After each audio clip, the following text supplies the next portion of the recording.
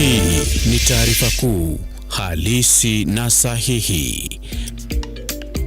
Assalamu alaikum azizi mtazamaji, na karibu kwenye taarifa kuu za runinga ya Lookuptv, ikiwa ni Jumatatu ya tarehe 13 mwezi wa Novemba mwaka 2023. Mtazamaji, karibu, waweza kuandamana nasi hadi tamati kupitia mitandao yetu ya kijamii, ikiwa ni YouTube, kurasa wetu wa Facebook na pia Twitter @Lookuptv. Pia kusema nami kupitia mtandao wangu wa kijamii @Ruga_Evil. Jina langu ni Ruga_Evil. Hujambo na karibu mtazamaji. Mbunge wa Garissa Diko Mohamed wametoa wito kwa Rais William Ruto kusalia na lengo la kufufua uchumi wa taifa. Hii ni baada ya utawala wa Kenya Kwanza kukosolewa kila mara na Wakenya kutokana na gharama ya juu ya maisha. Akihutubia bunge wiki iliyopita, Rais William Ruto amesema ni lazima nchi ikubali kwamba imekuwa na madeni mengi na lazima hali hiyo ibadilike.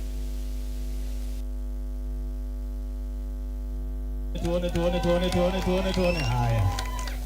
Naona huyu ni msema wa join UDA. Hii mambo ya kutusumbua na kuingilia from the side ndio bado wanaitisha wako kwa government. It will not work. Hii region, not only region, the country, we want to unify it as under one political party. No regional parties, no tribal parties, not community parties. We want to have very strong democratic structures of political parties, and that's why we are doing the elections. We want to have strong structures ya political parties. Political parties are the ones who are supposed to rule or govern a country, not village parties, not community parties, not tribal parties. So we are asking not only UDM, all of them ambayo wako small parties will join the mainstream political movement of the country. Acha nikuambie kwa in a simple term. Inchi or budgets or government is run by a budget. That budget, there's two ways you can finance that budget. Because as a party, tulikuwa na manifesto. Tukasema tutakuwa na affordable housing. Inahitaji pesa. Tukasema tutakuwa na free school education. Tukasema tutakuwa na universal healthcare, free universal healthcare, which is going to be implemented. Na president amelaunch. All those programs ambayo tulikuwa nayo kwa manifesto yetu inahitaji nini? Resources to implement them. Ama sio? So, what is happening? There are only two ways you can raise to finance those budgets. Either you borrow or you collect taxes from the people. I don't think watu ya Kenya walikuwa na expect Ruto atoe pesa kwa mfuko yake, apeane ajenge manyumba, ama apeane free education. They knew that for them to get all these services the government is talking about, security is another thing. We have a challenge in security. We need more money to finance that sector. So, tukaongea hustlers fund, they need money to finance that. So the two ways, you either collect taxes or you borrow. One, if you borrow, you have to pay. So how do you pay again? You collect taxes from the people. Rais William Ruto, mtazamaji, naibu wake Rigathi Gachagua pamoja na mawaziri serikalini wanaongoza shughuli ya kupanda miti inayoendelea katika kaunti zote 47. Rais Ruto yupo katika eneo la Kuu Wetlands, kaunti ya Makueni, pamoja na gavana wa kaunti hiyo Mutula Kilonzo Jr. Naibu wake akiongoza shughuli hiyo kaunti ya Nairobi, huku mawaziri na magavana wakiongoza shughuli hiyo maeneo tofauti katika jitihada za kukabili mabadiliko ya hali ya anga kwa kupanda takribani miche bilioni 15. Waziri wa huduma kwa umma Moses Kuria alitua kaunti ya Nandi mapema hii leo kuzindua shughuli hiyo pamoja na gavana wa kaunti hii Stephen Sang.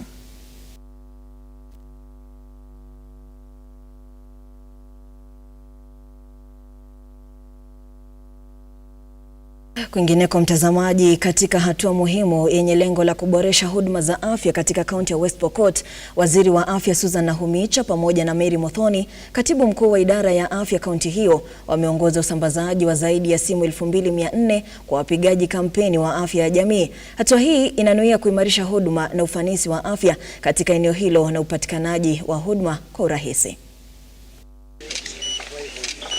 Timiza ahadi yangu. Nimeleta hiyo fridge na nimeleta hizo vitanda. Jambo la pili ambayo pia limenileta, mmejua nationally tuko na 100,000 community health promoters. Hapa West Pokot County tuko na 2423 community health promoters. Tulishawafanyia training, tumewapatia kits. Sasa leo nimekuja kuhandover smartphones. Sababu tumesema kazi yao sasa ikuwe rahisi, ikuwe digitized. Wakiingia kwa homestead wanachukua details za hiyo homestead kupitia kwa hizi digital phones ambazo tumewapatia leo, na tumeleta the total amount of 2423 to ensure kila community health promoter ako na hiyo smartphone ili akaweze kufanya kazi yake kwa urahisi. Nafurahi kama gavana, nimepokea waziri wetu wa afya ambaye pia ni jirani wetu. Lengo ya yeye kuja leo ni kuja kupongeza watu wa CHPs smartphones ambaye itawasaidia kufanya kazi yao kuliko kupepana na zile mzigo ya vitabu. Nimefurahi sana kukaribisha waziri hapa na PS wake, kwa sababu hawa CHPs wanafanya kazi mzuri. Tunashukuru pia serikali kuu kwa sababu ya kits ambapo wamepatia CHPs wote wa West Pokot, na leo pia ameleta hizi smartphones ambaye mumeona vile umepokea na umefurahi sana, kwa sababu kazi yao sasa itakuwa rahisi. Sisi serikali ya county naunga zile zote policies ambaye national government natupa, kwa sababu inaenda ku enhance mambo ya afya katika kaunti yetu. Tukijua kaunti ya West Pokot kwa muda mrefu imekuwa kaunti ambayo imebaki nyuma. Pili, na shukuru waziri kwa sababu wakati alitembea kaunti hii wakati mmoja siku chache ilizopita, alitembelea health facilities yetu na akapata kuna shida kidogo, na ametuletea leo vitanda ya mbao ambaye itasaidia, na pia fridge ile itasaidia kuweka zile vaccine na kadhalika. Nao viongozi wa Pwani wameunga mkono kuboresha kiwango cha elimu eneo hilo. Hii ni baada ya miaka mingi ya viwango vya chini vya elimu eneo la Pwani. Mawaziri Salim Mvurya na Aisha Jumwa na gavana wa kaunti ya Kilifi Gideon Mung'aro wamesema watahakikisha kuwa wanaboresha elimu Pwani, wakiongeza kwani serikali tayari imeahidi kufadhili elimu kwa kiwango cha shilingi bilioni 600 kote nchini. So as a board, we had to sit and see how do we chip in to resolve some of these issues. We then, as a board, decided to provide leadership to ensure that this school has a very clear vision of where it wants to go and that it has a very clear strategic direction. Haya yanaambatana na yale maono ya Rais wa Jamhuri yetu ya Kenya katika manifesto yake ya ile chapter ya elimu. Rais anahimiza ya kwamba Wakenya walio na uwezo, Wizara ya Elimu, wazazi na serikali, sisi wote tuungane, tujenge taasisi, tujenge vyuo ili kila mtoto katika taifa letu la Kenya akaweze kupata nafasi kutoka chekechea hadi katika vyuo vikuu. Za kibinafsi hawawezi kupata basari, lakini tumeratibu sheria yetu ya county sahihi. Tumesema kwa sababu kuna uhaba katika shule za kitaifa ama shule zile za sekondari za serikali, mtoto pia akipata nafasi kwa shule binafsi na ametoka familia ambayo haiwezi kujimudu, atawasaidiwa na county. Vile vile katika marekebisho ya mswada huo, mwaka huu tumeongeza pesa za basari kutoka milioni 350 mpaka milioni 500, kwa sababu ni malengo yetu zile shule ambazo zimefanya mtihani sahihi, watoto wote ambao wamefanya katika mtihani wa kitaifa wa kwenda shule za upili na ambao wazazi wao hawajiwezi, kaunti ya Kilifi itaweza kuwasimamia pesa ya mwaka na kuendelea ili Kaunti za Nakuru, Nyandarua na Elgeyo Marakwet zinazokuza pareto kwa kiwango kikubwa zimeanzisha ramani ya jinsi ya kufufua zao hilo. Hatua hii inajiri huku waziri wa kilimo, mifugo na uvuvi kaunti ya Nakuru, Leonard Bor, amesema kuwa inasikitisha kuwa viwango vya umaskini bado viko juu katika kilimo cha pareto kilichodidimia hapo awali kutokana na kutopatikana kwa pembejeo na mapato duni ya zao hilo.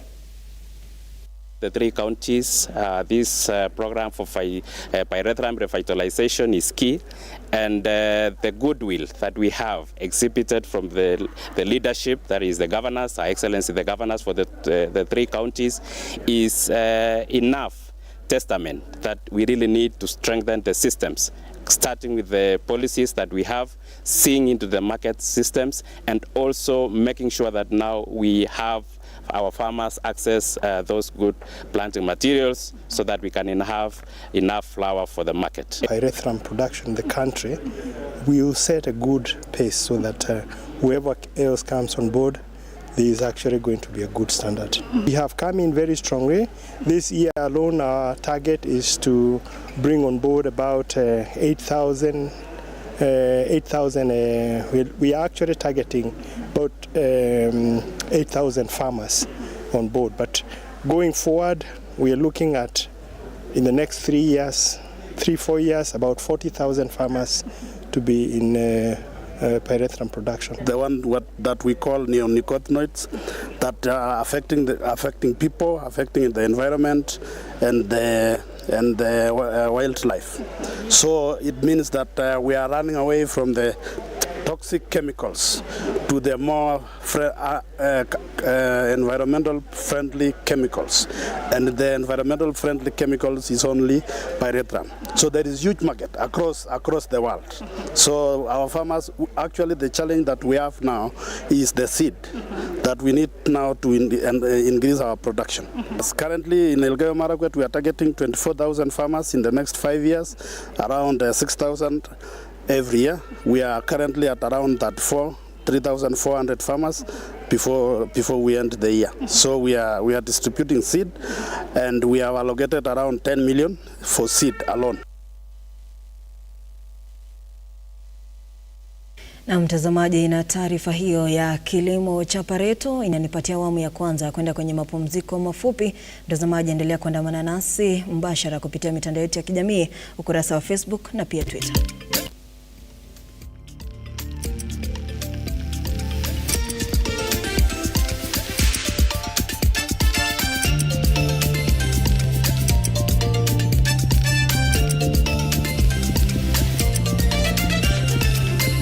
Hii ni taarifa kuu halisi na sahihi.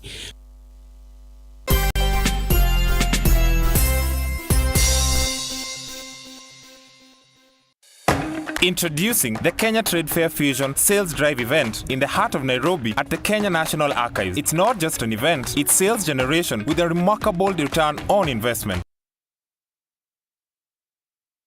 Get ready to let your booth do the talking as you study new market trends with lots of entertainment featuring traditional live bands, DJs and artists. For vendor registration, call 0724 715 334 or 0713 907 584 or 0723 861 173.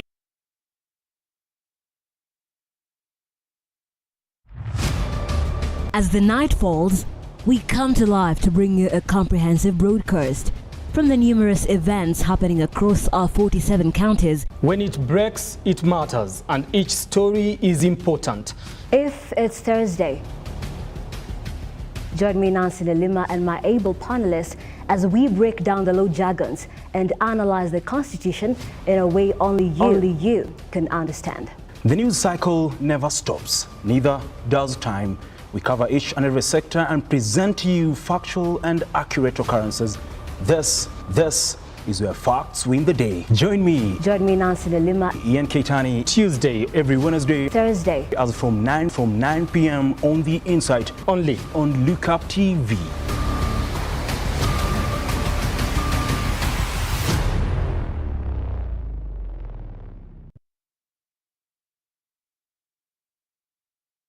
Are you a junior secondary school, a college, a TVET institution or a university and you want to advertise your intake? Book now and advertise with us today on both Lookuptv and all our digital platforms. Call us today.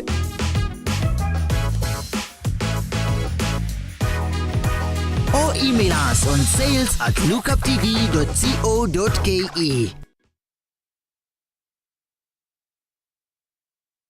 Rafiki, toka mbele ya kamera nionekana niko Mkuru kwa Ruben. Na niko na mshindi wetu wa loto wa leo hapa Mkuru kwa Ruben. Unaitwa nani ndugu yangu? Steven Kinuthia. Umecheza loto kwa muda upi?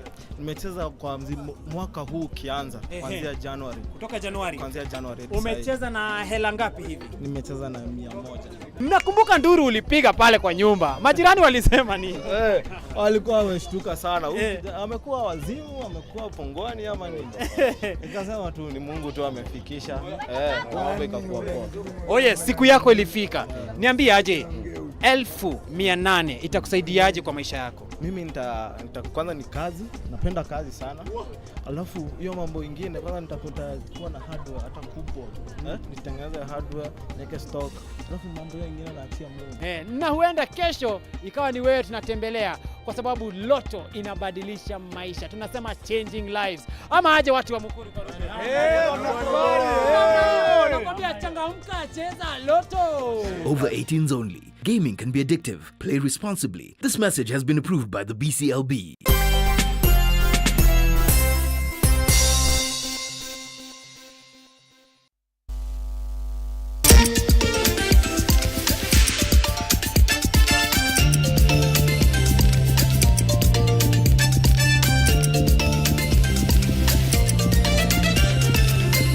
Hii ni taarifa kuu halisi na sahihi. Karibu tena mtazamaji, unaendelea kupokea moja kwa moja taarifa kuu za runinga ya Lookup. Maseneta wa kaunti za Nyamira, Kilifi, Kitui na Migori wakizungumza katika kanisa la New Dawn Bonya Matuta, Mugirango Magharibi wamedai kuwa watahiniwa wa kidato cha 4 wa mwaka huu katika eneo kubwa la Gusii wamekuwa wakihangaishwa kutokana na udanganyifu wa mitihani. Haya yanajiri baada ya watahiniwa wawili kutoka shule ya kaunti ya Nyamira kutiwa mbaroni na kuachiliwa kwa dhamana, huku mwalimu mkuu akisimamishwa kazi kwa madai kuwa alikiuka sheria za mtihani huo.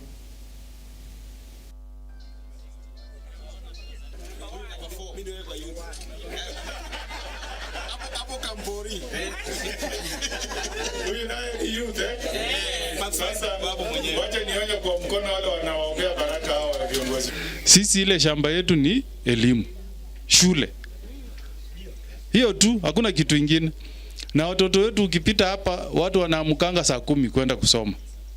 Tukiwa tumeongoza vile Nyambari ilikuwa number 1 ni kwa sababu ya bidii yetu kama umo Gusii. Wewe umeongea Maraga, hata mwenye anachunga pesa Kenya hii saa hii, control of budget. Si ni Mukisii? Kwani hao watu ni mtihani waliiba? Hata mimi niliiba ndio nikakuwa senior counsel. Kwa hivyo hii na mtoto ambaye anatusumbua ni wetu hapa. Machogu ametoka hapa, anatuelewa. Anatuelewa hapa. Sasa sisi tutaitwa waizi wa mtihani mpaka lini jameni? Hii ndio CS education. Tungetarajia ajitokeze nje. Atetee umo Gusii. Hakuna kitu tumefanya kuiba mtihani. Umesikia hata pasta anatoka hapa saa hizi anaenda kuombea wanafunzi huko. Unatutezea wanafunzi wako wa form 4, watu wanaweza kufanya vitu mbaya. Hiyo pepo mbaya ifanye nini? Pepo mbaya ifanye nini? Na tutapita hiyo mtihani. Ikiwa ana haja ya kuendelea na hiyo kazi, asitafute ile kusifiwa nje. Kusifiwa kunaanza ndani ya nyumba.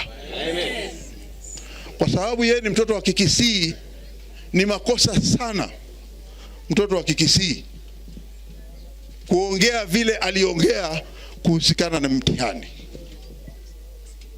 Hata mimi nilishangaa. Nikajiuliza, huyu Machoge si anatoka hapa? Machogu. Si anatoka hapa? Hapa ni nyumbani. Nani aibu gani hii anajiletea ndani ya taifa mzima? Watu wamefanya bidii, wamesomesha watoto kwa shida, wamejenga maskuli kwa shida, wamelipa fees kwa shida, alafu wewe mwisho unakuja you trivialize the hard work of the Kisii young men who go to school and do exams. Shame on you. Kwingineko mtazamaji, Baraza la Kitaifa la Mitihani la Kenya sasa limetoa onyo kali kwa watahiniwa wanaofanya mtihani kwa uangalifu kutokana na mitihani gushi inayosambazwa kwenye mitandao za kijamii. Afisa mkurugenzi mtendaji Daktari David Njegere alifichua kuwa kufikia sasa visa 46 vya wizi vimeripotiwa nchini, akisema idadi hiyo haina umuhimu wa kuharibu uadilifu wa mtihani. I can assure you with absolute confidence there is no single genuine paper that can circulate on those social media platforms. What they're having there is fake papers. What they do, as the PS explained last week, like now the first paper will start at 8. So some of those social media fellows, they will collude with somebody somewhere, and they will look for an image of that paper which is being done. They will try to share it on Telegram. Fortunately, we are working with the Ministry of ICT and all those cases have been neutered. So there is no effect even on social media. We have deployed adequate helicopters to that place, even parts of Kitui, Mutito especially, and we have deployed helicopters even this morning to make sure that there is no delay in the administration of the examination. This is the 2 witnesses. 2 witnesses. Chakaranja.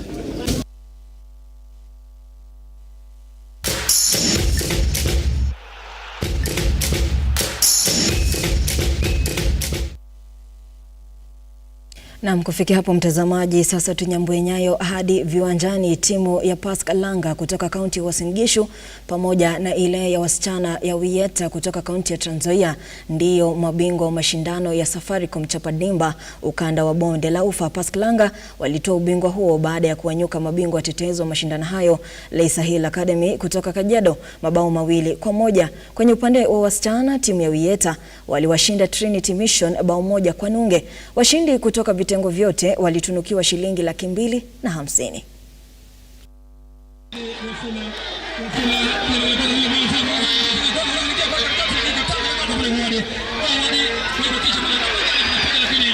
I was much sure because these boys nimewalea na wanacheza division 2, so wamejel pamoja.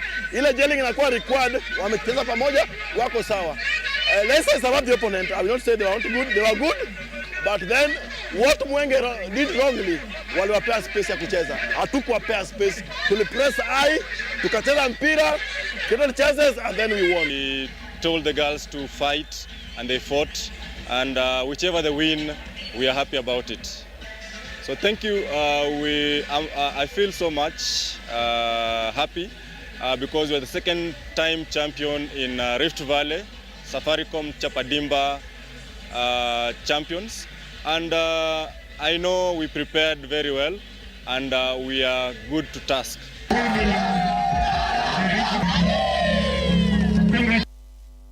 Kwingineko mtazamaji, klabu ya uogeleaji ya Swift Kids kutoka Kisumu ndiyo mabingwa wa mashindano ya uogeleaji upande wa wavulana kwa jumla ya medali 45, huku 18 zikiwa za dhahabu, 16 za fedha na 11 za shaba. Katika upande wa wasichana, klabu ya uogeleaji ya Seahorse kutoka kaunti ya Machakos walitoa ubingwa huo kwa jumla ya medali 48, zikiwa ni 23 za dhahabu, 14 za fedha na 11 za shaba.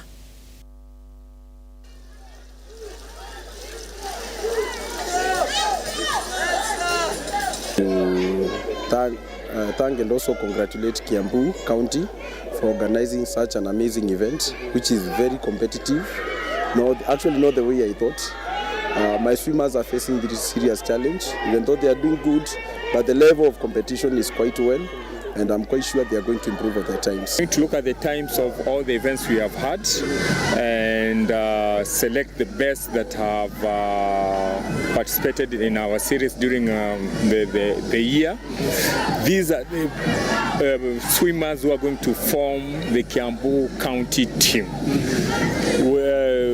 why are we forming this team?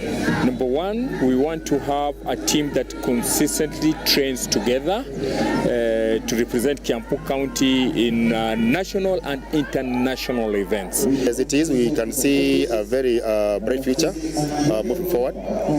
For the fact that now with the sponsorship coming in, we expect to do more when it comes to our programs and all that.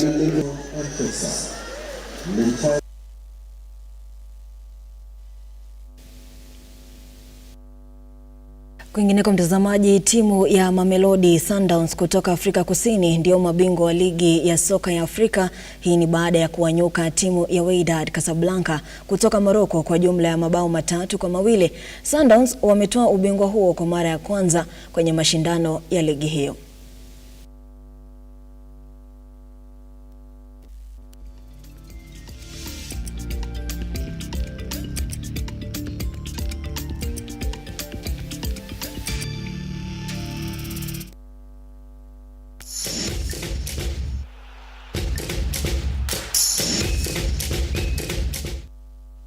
Mtazamaji, na zikiwa zimekatika dakika 26 baada ya saa 7 za adhuhuri kutimia, basi huo ndio mwisho wa taarifa kuu za runinga ya Lookup. Zangu ni shukrani za dhati kwa kuchagua runinga ya Lookup. Asante sana mtazamaji, hadi timiapo saa 1 jioni. Kwa heri ya kuonana. Jina langu ni Ruga Eval.